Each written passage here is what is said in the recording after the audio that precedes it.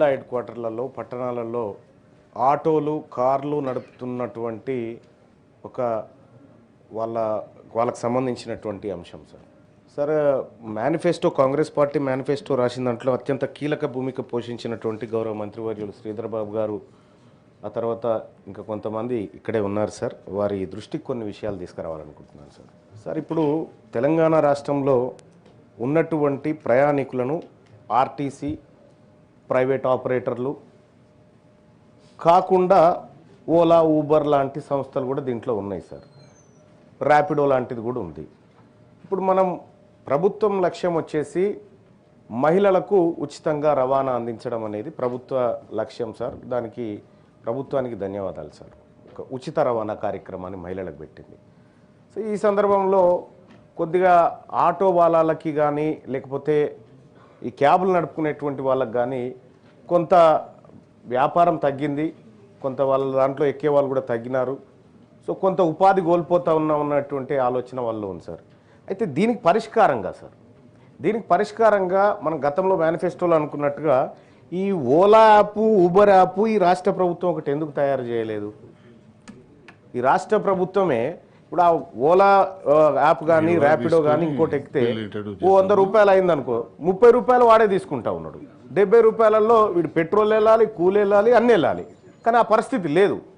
కాబట్టి రాష్ట్ర ప్రభుత్వం ఒక యాప్ను క్రియేట్ చేసి దాని నిర్వహణ ఖర్చు కోసం ఒక 5%, 6% నిర్వహణ ఖర్చుకు తీసేస్తే మిగతా డబ్బులు కనుక ఆ కష్టపడేటువంటి కార్మికులకు, ఆటో డ్రైవర్లకు వీళ్ళకి ఇవ్వడం ద్వారా ఏం జరుగుతుందంటే ఎక్కువ లాభం జరుగుతుంది. ఎందుకు ఇక్కడ ఆర్టీసీ వల్ల జరిగినటువంటి దెబ్బను ఈ రకంగా పూడ్చుకునేటువంటి అవకాశం ఒకటి ఉంటుంది సార్.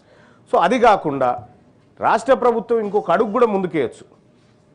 ఓన్లీ ఆర్టీసీ బస్సులలోనే ఎందుకు ఉచితం అనుకోవాలి? ఆటోలలో ఎందుకు ఉచితం కాకూడదు? ఆటోలలో ఉచితం ఎందుకు చేయకూడదు? దానికోసం ఒక పాలసీ ఎందుకు రూపొందించకూడదు? ఎందుకంటే ఇప్పుడు ప్రతి గల్లీలోకి ఆర్టీసీ బస్సు పోయే పరిస్థితి లేదు. కాబట్టి సో దానికోసం ఒక పాలసీ తయారు చేసి గల్లీల నుంచి లేకపోతే బస్సులు పోయినటువంటి జాగాల నుంచి మనం గడప గడపకు పోయినా తప్పేం లేదు, గడప గడపకు పోయినా తప్పు లేదు. ఎందుకంటే మహాలక్ష్మి గడప కాడ నుంచే స్టార్ట్ అవుతుంది. కాంగ్రెస్ పార్టీ పెట్టుకున్నటువంటి ఆ పేరు ఏదైతే ఉందో ఆ మహాలక్ష్మి గడప కాడ నుంచే స్టార్ట్ అవుతుంది. గడప కాడ ఎక్కించినా ఇంకా పుణ్యమే. కాబట్టి నేను ఏమంటున్నాను సార్, ఆటోకు సంబంధించినటువంటి విషయంలో సో మనం ఏమేమో చెప్పినాం మేనిఫెస్టోలో, వాటిని నేను ఉటంకించదలుచుకోలేదు. ఎందుకంటే అందులో ఆ మహాఘనకార్యంలో నేను కూడా ఉన్నాను కాబట్టి సార్. ఇక్కడ ఏమంటున్నంటే ఆటోలకు సంబంధించి ఇప్పుడు ఎట్లాగో మనం ఆర్టీసీకి కొంత చెల్లిస్తూ ఉన్నాము, చాలా మంది ఆటోలు సార్. నేను ఎప్పుడైనా వస్తూ ఉంటే వాళ్ళు ప్రేమ కొద్ది పలకరిస్తారు, అన్న మా బతికేందన్నా అంటా ఉన్నారు. చాలా మంది అంటా ఉన్నారు, మా బతికేందన్నా, మేము ఎట్లా బతకాలన్నా, ఈ రోడ్ల మీద మాకు దందాలు లేవన్నా, రోజుకు అప్పుడు 5-6 కిరాయిలు దొరికితే అంతో ఇంతో ఆశతో ఉండేది, వాళ్ళ 1-2 కిరాయిలు దొరకనటువంటి పరిస్థితి ఉంది. అప్పుడు కనీసం ఒక 10 గంటలు పని చేస్తే ఈఎంఐ కట్టుకోనో, ఇంట్లో కొద్దిగా సరుకులు తెచ్చుకోనో, ఇంటి రెంటో, వైద్యమో, పిల్లలో చూసుకునేది. కానీ ఇవాళ మొత్తం రోడ్ల మీద ఉన్నా కూడా వాళ్ళు బతకలేనటువంటి పరిస్థితి వచ్చింది. కాబట్టి ఎట్లాగో ఇన్ఫర్మేషన్ టెక్నాలజీ మినిస్టర్ గారు ఇక్కడే ఉన్నారు కాబట్టి ఒక యాప్ను తయారు చేయడం వల్ల వచ్చే సాధక బాధకాలు పరిశీలించండి సార్. మీరు పరిశీలించి ఒక యాప్ను తయారు చేసి వాళ్ళకు పెడితే ఇది ప్రభుత్వ యాప్ అయినప్పుడు ప్రజల్లో కూడా కొంత నమ్మకం ఏర్పడుతుంది. కాబట్టి అటు ఆటో వాళ్ళకి మీరు మంచి చేసిన వాళ్ళు అవుతారు. రెండోది ఒక అడుగు ముందుకేసి ఆర్టీసీకి ఆటోకు అనుసంధానం చేసి ఈ స్కీమ్ ఏదైతే ఉందో ఉచిత స్కీమ్ని, తద్వారా వాళ్ళకి ఎట్లయినా లాభం చేయొచ్చేమో ఒకసారి పరిశీలించవలసిందిగా ఒకటి కోరుతా ఉన్నాం సార్. ఇక రెండో అంశం సార్, ఈ క్యాబ్ డ్రైవర్లకు సంబంధించినటువంటి అంశంలో ట్రాఫిక్ పోలీసుల కాడ చాలా ఇబ్బంది అవుతుంది సార్. వాళ్ళకు అంటే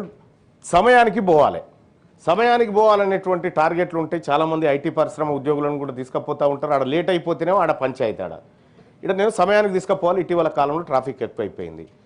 ఇక పుట్టుకున్న తొందరగా పోదామంటే అంటే బయటికి మనకున్నటువంటి తేడా ఏంటంటే సార్, ఇప్పుడు కొంచెం సివిలైజ్డ్ కంట్రీస్లలోనేమో రెడ్ లైట్ పడితే గ్రీన్ ఎప్పుడు పడుతుందా అని ఆగుతారు సార్. ఈడ ఆ పరిస్థితి లేదు సార్. రెడ్ పడంగానే పోలీస్ ఆయన ఉన్నాడా లేడా అని చూసుకుంటాడు సార్ పక్కపొంటి. అంటే ఆ పరిస్థితి ఉంది ఇక్కడ. మరి ఇక్కడ ప్రజలు తప్పని చెప్పడానికి లేదు, లేకపోతే ప్రభుత్వం తప్పని చెప్పడానికి లేదు. ఈ సమస్యకు పరిష్కారం కావాలా? అనేకమైనటువంటి ట్రాఫిక్ చలాన్లు కూడా ఈ ఆటోల పైన, కార్ల పైన ఎవరి మీద పడితే వాళ్ళ మీద అందరి మీద చేయాల్సిందే సార్. రూల్స్ తప్పితే ఎవరైనా దానికి ఎవరేం ఎగ్జామ్షన్ ఏం లేదు. కానీ ఈ వాహనాల ద్వారానే కడుపు నింపుకొని బ్రతుకుతున్నటువంటి ఆటోలు కానీ, క్యాబ్ డ్రైవర్లు కానీ, ర్యాపిడో డ్రైవర్లు కానీ, వీళ్లకు ఒక్కసారి సిగ్నల్ జంప్ అయితే 1000 రూపాయలు పడితే వాళ్ళు 4 రోజులు పనిచేయాల్సి వస్తుంది సార్ ఆ చలాన్ తీర్పడం కోసం. మరి ఇప్పుడు కాంగ్రెస్ పార్టీ మేనిఫెస్టోలో గతంలో కూడా నా సలహా మేరకే మీరు అందరు పెట్టినారు, ఏది చలాన్లను మాఫీ చేద్దాం అనేటువంటి ఒక ఆలోచన పెట్టినారు సార్.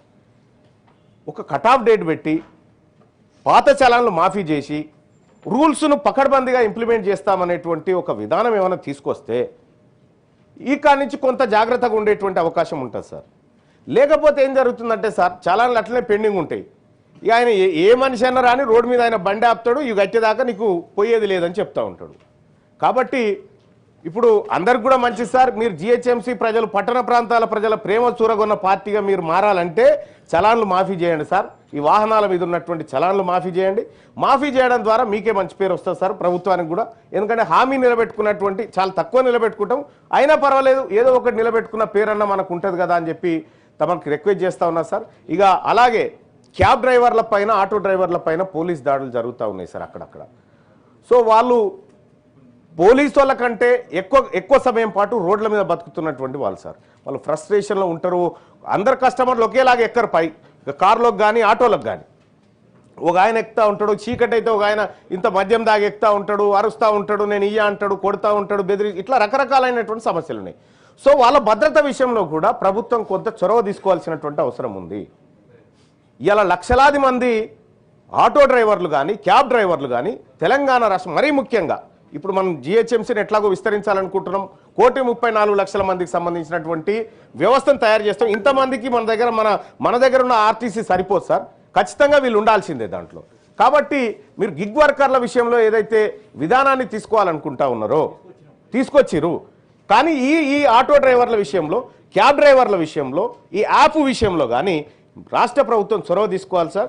దీంట్లో రాష్ట్ర ప్రభుత్వానికి అయ్యే ఖర్చులు వేస్తారు, ఎట్లాగో పెట్టేది పెడతా ఉన్నారు, మీరు పెట్టే డబ్బు పెడతా ఉన్నారు. కాబట్టి సో సరైనటువంటి విధానంలో పెట్టడం ద్వారా ప్రభుత్వానికి మంచి పేరు వస్తుంది, ప్రజలకు మంచి జరుగుతుంది, మహిళలందరూ కూడా మిమ్మల్ని దీవిస్తారు ఎప్పటికీ.